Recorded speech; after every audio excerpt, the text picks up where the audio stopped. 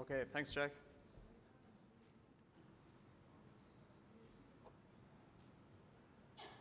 Okay, so today I'm going to talk a little bit about some work we've just started doing on sex semen. I guess a lot of the talk is going to be just background information on what exactly it is, what we talk about, what we mean when we were talking about sex semen. And I just want to acknowledge the input of a postdoc working with me in Moorpark, Ian Hutchinson, and also collaboration with a New Zealand scientist, Vishwanath. You can't look at them and distinguish which one's going to be the male or the female, unless you look at them very close. So this is a microscopic picture of the X and Y chromosome, and this is the male Y chromosome. So sperm that have this Y chromosome are going to give rise to a male calf, and sperm that contain the X chromosome are going to give rise to a female calf. So the X chromosome contains about 4% more DNA than the Y chromosome. So this can be used as a strategy to sort male from female sperm. So the tool that's currently used and has been in use for quite some time now is called fluorescence activated cell sorting. So what you do basically is the sperm is stained with this DNA binding dye. This is the name of it here. And when that sperm sample is excited then by a laser, you can see the head of the sperm here is fluorescing. So because the female sperm contains more DNA, it gives off more fluorescence, and that can be used then as a strategy to rapidly sort the sperm. So this is just a quick overview of how the process works. The sperm are injected into the flow cytometer in single file at very high speed under high pressure. So it's roughly 60 miles an hour and 40 psi. So they're entering in at the top here of the flow cytometer. This crystal vibrator undulates at a very high speed, and that causes the sample to break up into individual droplets. And what you want is each individual droplet to contain a single sperm. The sperm then pass in front of a laser beam. The laser excites the fluorescent dye, and you get this different levels of fluorescence given off.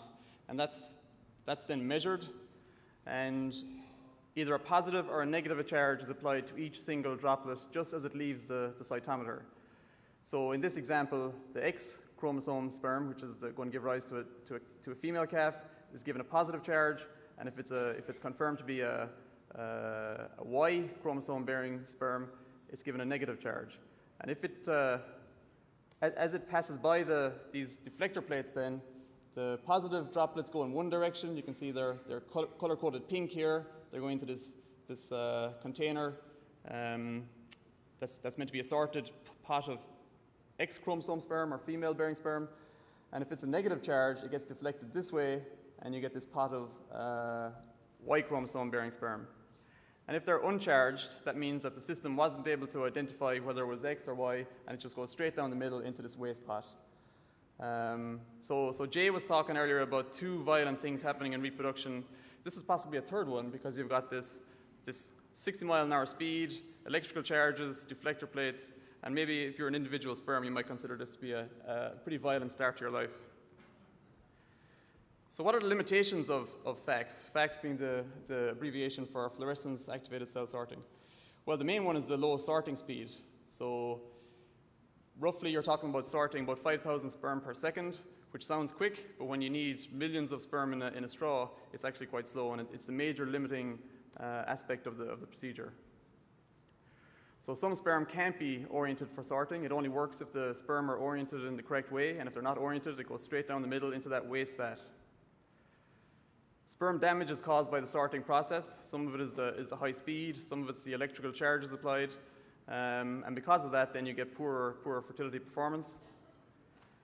And also, some sperm cannot accurately be identified as bearing X or Y chromosomes. So again, they just end up in the waste pot. So when you add all these problems together, the combined loss is about 75% of the original semen sample. So you start with a certain amount of sperm in a semen sample, you're going to lose roughly 75% of it in the waste pot. That means you're only getting about 10 to 15% of the original sample in a marketable sex semen product. So if you want to get all female biased sperm, female biased semen, you're only going to get 10 to 15% of the product you're starting with. So I said that the sorting speed was the main limitation, and that impacts then the number of sperm that are used in a sex semen straw. So typically in conventional semen, you're talking about 20 million sperm in each straw. When you're talking about sexed semen, you're dealing with 2 million sperm in each straw. So that is a big impact. The procedure, combined with the lower number of sperm in each straw, plus the damage done, you get reduced conception rates in sex versus conventional semen, and I'm going to talk more about that in the next slide. And the overall effect of that is recommended for use in heifers only. Because you're going to get a reduction in conception, it is recommended for use in heifers only. Okay, so how big is this drop in fertility? So I've kind of summarized here some results from the published literature that are comparing conception rates with frozen semen. So when you're talking about the frozen sexed semen, you're getting conception rates that are about 80% of the conception rates you get with conventional semen, again frozen. So that means that if you have a herd of, in this case, heifers or cows that are getting conception rates of 50%, if you move all of them to using a sex semen product, you're going to get conception rates of about 40%. If the conception rates are up around 70% and you switch all of them to a sex semen product, you're going to get conception rates of about 56%. So that's the first thing to be aware of. Now that's all with frozen. There has been recently a New Zealand work carried out using fresh semen. So this is semen that is collected from the bull, sorted in the sorting machine in the same way, but then is put in straws and sent out for insemination immediately. So it's not cryopreserved at all. And in that instance, they were recording conception rates that were about 94% of conventional semen. So in that instance, again, if you're dealing with conception rates of about 50%, and you switch over to this fresh sex semen product, you're going to get conception rates of about 47%. And if you're dealing with conception rates up around 70%, switching everything to fresh sex semen product is going to get average of about 66%. So this would look a lot more acceptable, but there are logistical and technical limitations in how feasible that would be. So how does this work? I mean, I guess the main reason why fresh sex semen is going to give you a big boost in fertility is that you're avoiding all the losses associated with the freeze-thaw process. And you could end up losing half of the entire sperm population during that freeze-thaw process. So you avoid that completely. There needs to be an infrastructure in place to collect, sort, and inseminate within 24 to 36 hours after ejaculation. It would be well suited to seasonal calving systems where you have a concentrated period of very high demand for semen. So in Ireland and also in New Zealand, there is fresh liquid semen programs in place for defined periods at the start of the main breeding season. Again, I mentioned that the frozen sex semen is recommended for use only on heifers, but with fresh, based on the New Zealand data, it would be possible to extend that to not just heifers, but also use on cows. The main problem, though, again, because of the slow sorting speed, is going to be the availability during that tight window of peak demand. So if you think of the situation in Ireland with breeding seasons beginning somewhere in mid to late April, farmers are concentrating on AI use for about 5 or 6 weeks after that date. So everybody would want the semen to be available at the same time, but there is logistical and technical issues with getting a lot of fresh semen straws available in a very short period of time. So what would be the main benefits of sex semen use? Well, the overwhelming reason for using it in the first place is to get mainly heifer calves. And the literature now is fairly clear that sex semen in the manner that I've talked about here is going to give 90% heifer calves. So more heifer calves being born, and if you were to use this at the start of the breeding season, all the replacements would be born earlier. Many people have already talked about quotas disappearing, so increasing the rate of herd expansion would be important. You could decide which cows you're going to get your replacements from just by using sex semen on those cows and using something else on the poorer cows. There will be fewer low-value dairy bull calves in the herd. So there'll be less male Holstein calves born, And equally, from a crossbreeding perspective, there will be fewer unwanted male Jersey crossbred calves if that was the breeding program put in place. Also, heifers have greater calving ease, so there'll be fewer difficult calvings. And also, from an expansion point of view, you'd have improved herd biosecurity because you'd be expanding from within. What are the negatives? Again, from an Irish perspective, the huge importance of fertility in seasonal system. So anything that drops conception rate is going to be a negative. The cost, so typically sex semen straws cost about twice as much as the conventional. The high wastage during the sorting process is going to restrict this to bulls that are in lower demand. So the number one bull is unlikely to be available in a sex semen product. But perhaps that could be not that big of a problem if we consider the teams of genomic selection bulls that are going to be available, and rotating those bulls in a team could be incorporated into sex semen. And with all inseminations, straw management is critical, but the sex semen straws appear to be a lot more sensitive to poor management and handling. So where does this poor fertility come from? So part of it is the low sperm number. So with improvement in technology, you could end up with being able to provide more sperm in the straw by increasing sorting speed. The fluorescent dye that's used could be part of the problem. Maybe another dye could be developed. The laser light, pointing the laser on the sperm, could be causing a problem. That could be replaced by a pulse laser. Physical damage. So, the high speed that the sperm are pushed through the sorting machine. So maybe decreasing the sorting pressure, but intuitively that works against the fact that you're trying to get more sperm sorted more quickly. Early capacitation could be prevented by semen preservatives. And semen handling errors at the time of AI. Again, the timing of AI and the proper care of the straws being used. From a management strategy perspective, this should really only be used on animals that will have good fertility. So if you're thinking of the heifers, they need to be healthy, they need to be cycling, good body condition, no deficiencies in their diet. Animals should be inseminated only after observation of heat. Use experienced AI technicians or people that are very familiar with insemination, but also familiar with handling the sex semen product. And also, again, paying due diligence to thawing and handling these straws.